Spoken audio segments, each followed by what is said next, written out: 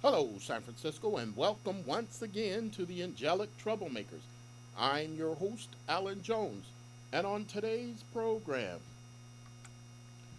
too many Rodney Reed stories. Last week, I brought you a story based on what was going on in the state of Oklahoma. Right next door was another story.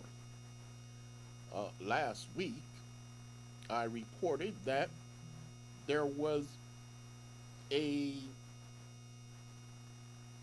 400 and close to 500 inmates released under a new law in the state of Oklahoma.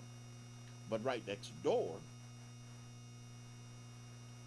the state of Texas was getting ready to, or I say next door, just below it, Texas was getting ready to execute a gentleman by the name of Rodney Reed.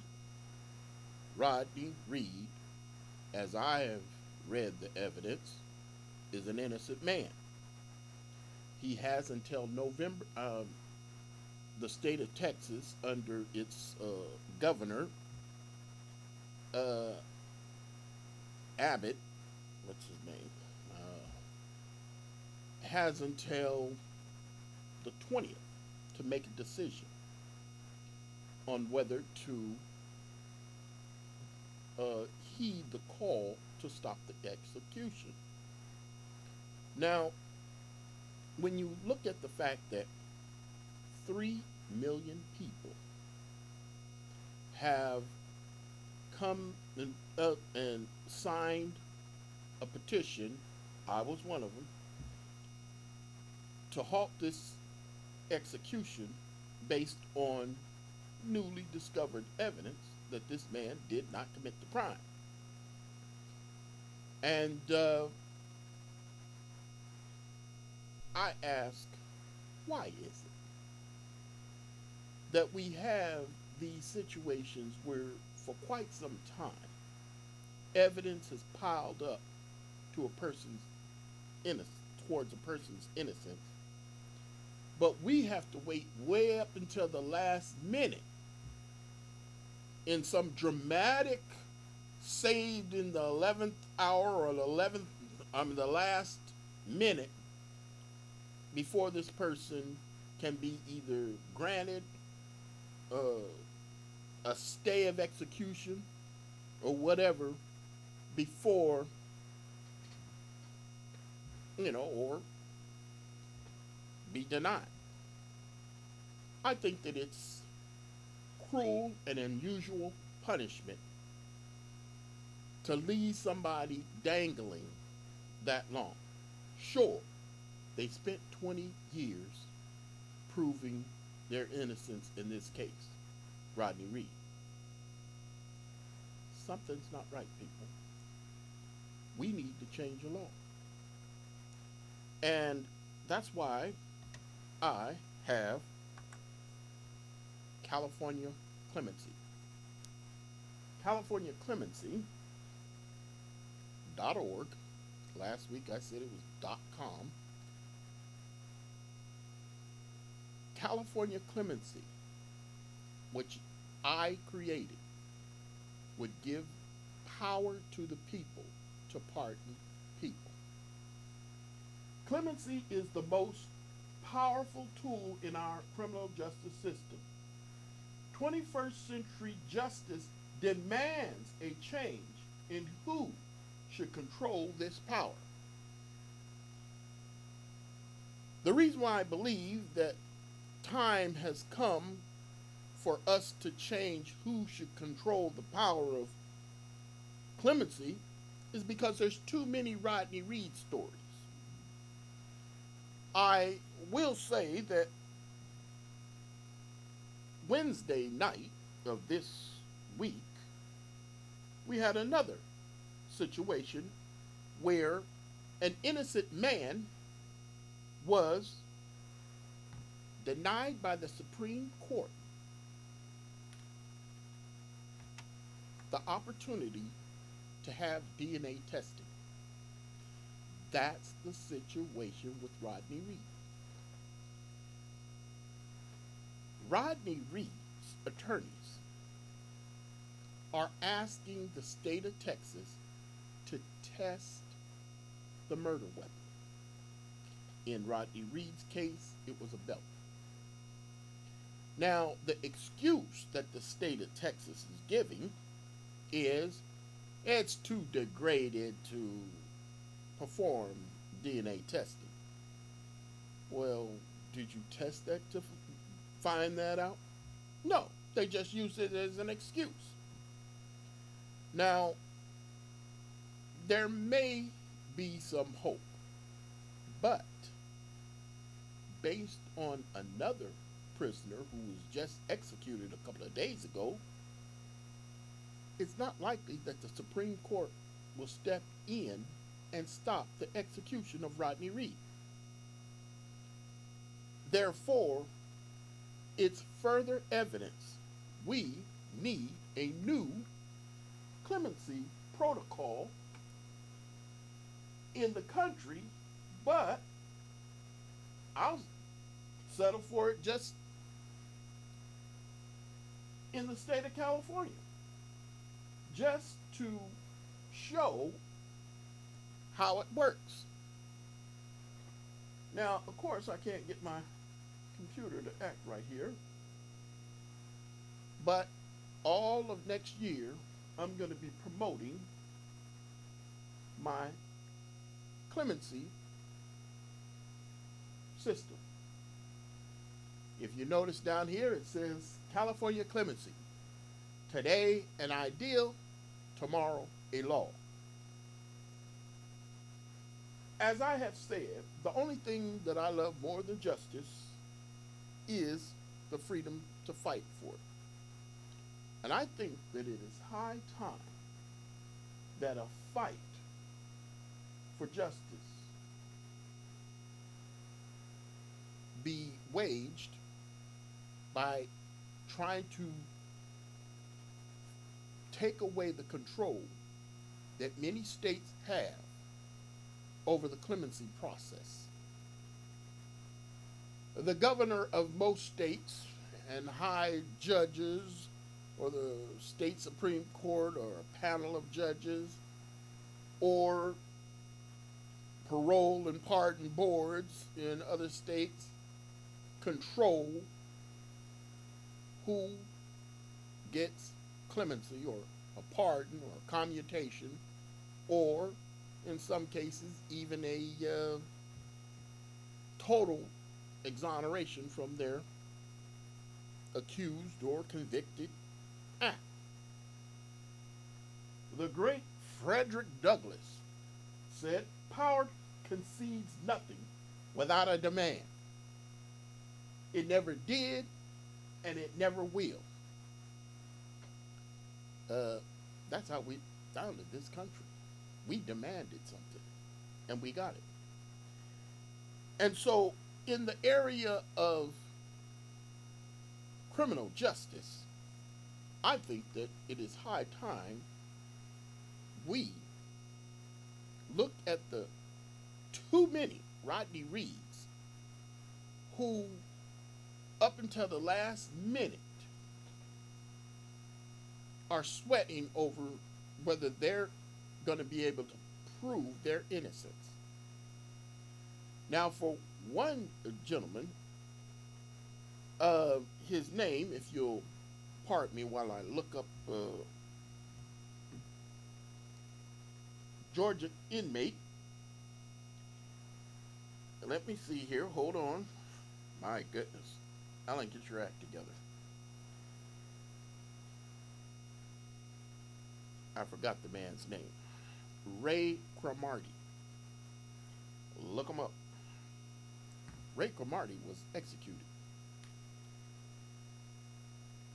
The daughter of the victim said, let's just test the murder weapon for DNA. Because Mr. Cromartie has maintained his innocence since 1996. So if the daughter of the victim is saying, let's not execute him, let's test the evidence, the DNA, and find out for sure. And so, if the victim's daughter, who wants justice, is not, oh, he did it, just go on and kill him, there must be something there. And so, for this country to go through execution after execution of, I'll agree that 99% of them are probably guilty. I'll give you that. But I'm not willing to concede the 1% who are innocent just because we are too lazy or tired to review a case. I understand that the Supreme Court is busy. That's why I don't believe that we should take these issues to the Supreme Court. I think that there should be another protocol. That's why I have introduced my California clemency, to where people will have the power to pardon people. Now, when you're looking for justice and you get a bunch of, well, he did it, and there's technology that suggests you might be wrong or you might be right, but let's just test it anyway. Well, I am not so high and mighty on my righteousness on who did or did not do a certain act that I cannot say, let's test. We got this new tool, which is almost as powerful as clemency, that can shed light on certain things. Now, don't get me wrong. DNA testing showed Rodney Reed's semen in the victim of the woman that he was accused of killing. Well, hold the phone. That may be true, but you would expect that if they had a relationship. Now, how did Rodney Reed get convicted? Well, first of all, he lied. He lied because he was a black man and the victim was a white woman. And when he heard that she had been murdered, he did not want to disclose the fact that they had a consensual sexual relationship, because they knew that all fingers would point to him just based on race alone. So he denied it. The main suspect, the original suspect, was the woman's fiancé. Now, you would think if a buddy of the original suspect said the timeline don't match up to where he said he was and when the crime was committed. All were police officers. I don't know, it was police officers, sheriff, law enforcement. And so, if a law enforcement personnel questions the alibi of the original suspect, you would think, hey, wait a minute, let's not move too fast here. Well, that didn't happen. And so I'm saying that in Rodney Reed's case, with the pounding pounding on the desk for year after year after year. It's now 20 years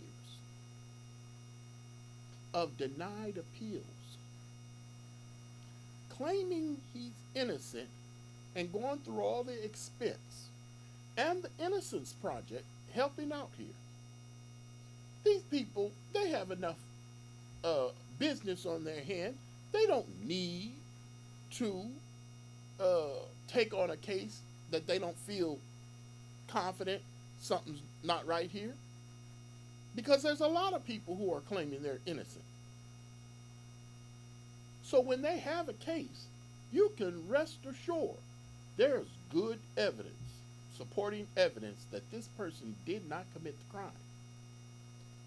Never mind the fact that in some cases, the Innocence Project knew that they had an innocent person, but DNA was destroyed before they could get to prove the person's innocence.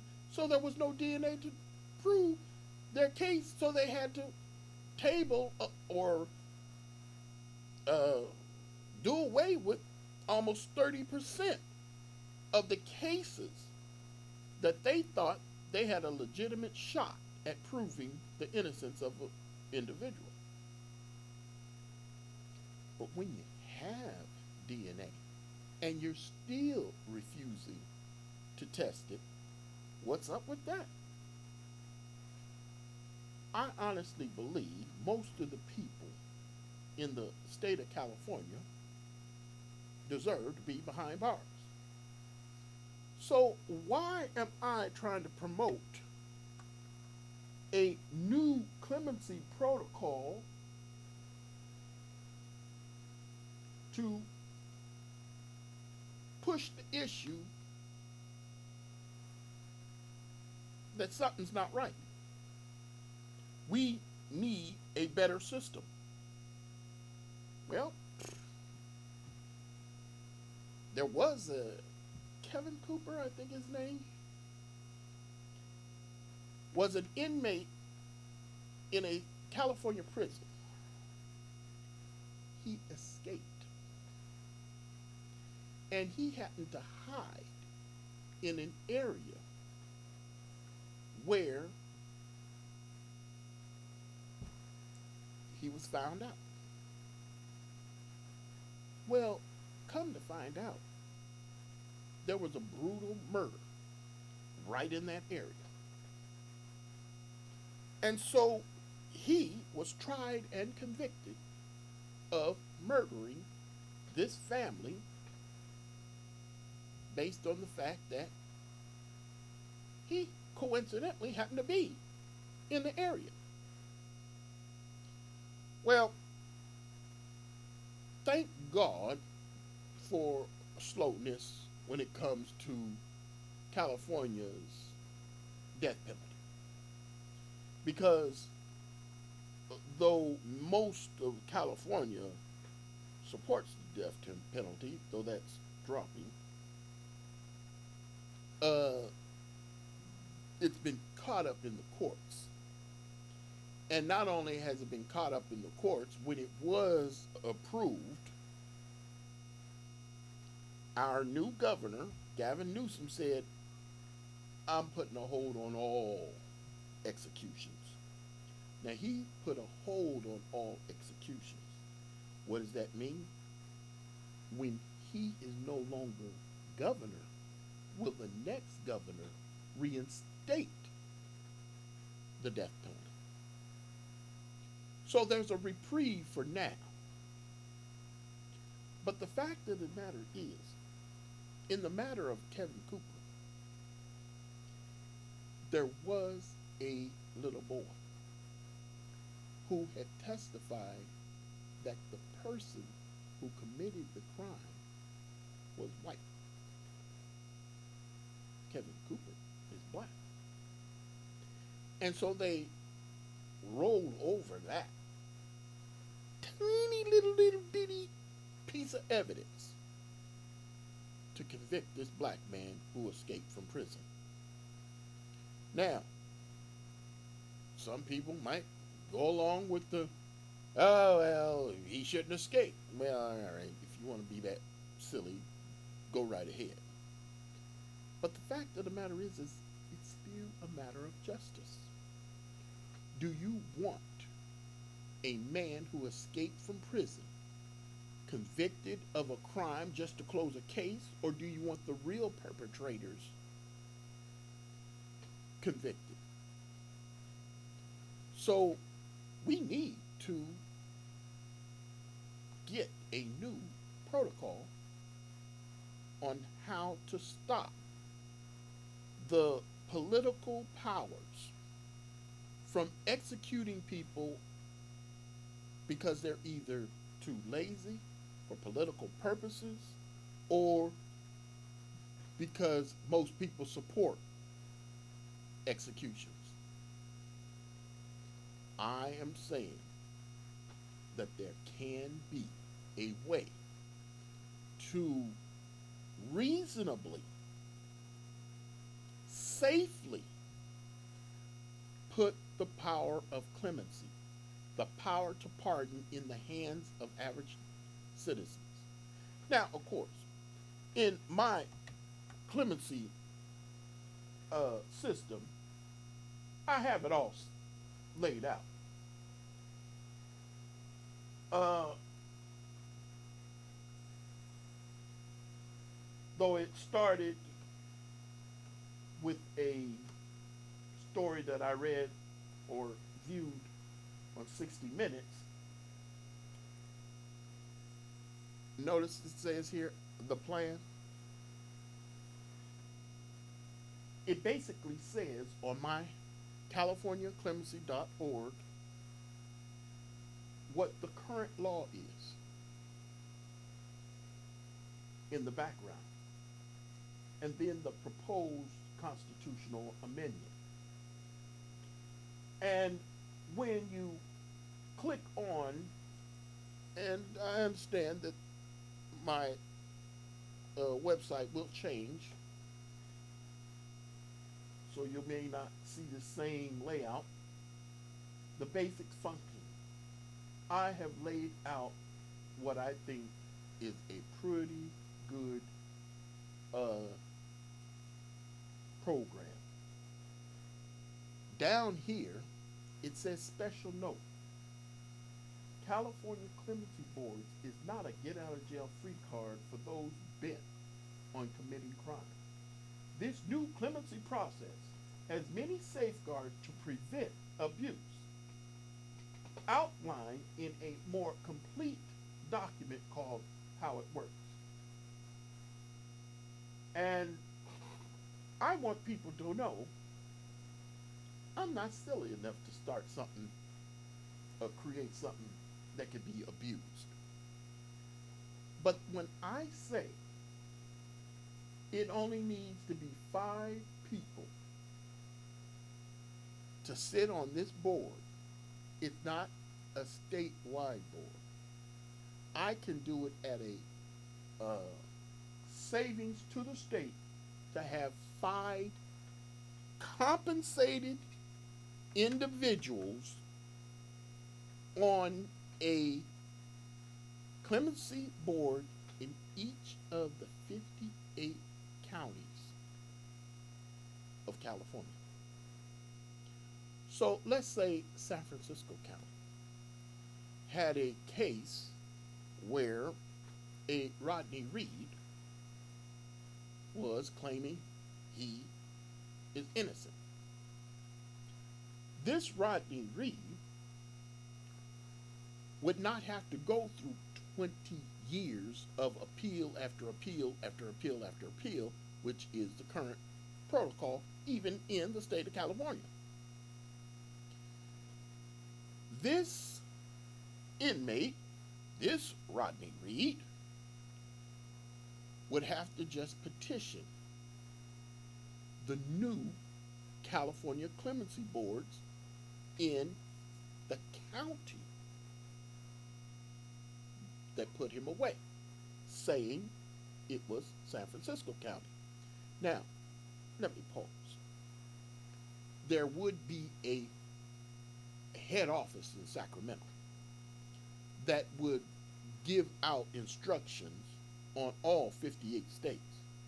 But the members of the clemency board would have the final say so. But as the clemency boards in, say, San Francisco County got a hold of this Rodney Reed case, it wouldn't take 20 years, but 20 days. Because after he had received DNA evidence proving that he was innocent, it don't take more than 5 people to prove DNA results. But who is going to sit on this panel? Well, I thought, when you have people who are going to be compensated, do you want professionals? Well, you could, but the fact of the matter is the prison board here has some very educated people on its board. In the state of Texas, where they have a pardon and parole board, one member has 55 years of experience. And if you total up all the experience of all members of this board, where there's commissioners and board members, it end up with 400 years worth of experience in criminal justice. But on my California clemency boards, I would be relying on average citizens who are most likely to be in tune with government and how things work, justice system wise. And so I have selected the pool of people who will be used, people who vote, and people who sit on criminal and civil juries. Now, why is that? Well, if you are going to be doing your civic duty to sit on a jury with the paltry sums that they be paying of $6 a day, I think that you need a little bit more respect. Under the California clemency boards, $100 a day will be paid. And I've done the math. It's still going to be a savings to the state. And far as people who take the time to vote, you're a registered voter and you actually vote, hey, sounds like you're really concerned about how things go. So I have chosen these 2 people who do their civic duty and in the area of voting and sitting on criminal and civil juries as the best candidates, not professionals. Because I'm tired of professionals. I'm tired of experts. In the O.J. Simpson case, there was experts on both sides saying 2 different things. And before I end, I appreciate greatly the work of the Innocence Project. The Innocence Project was started by the ending of the outcome of the O.J. Simpson trial. 2 of the lawyers, Barry Scheck and Peter Neufeld, put this Innocence Project together because they realized DNA played a real important role in criminal justice.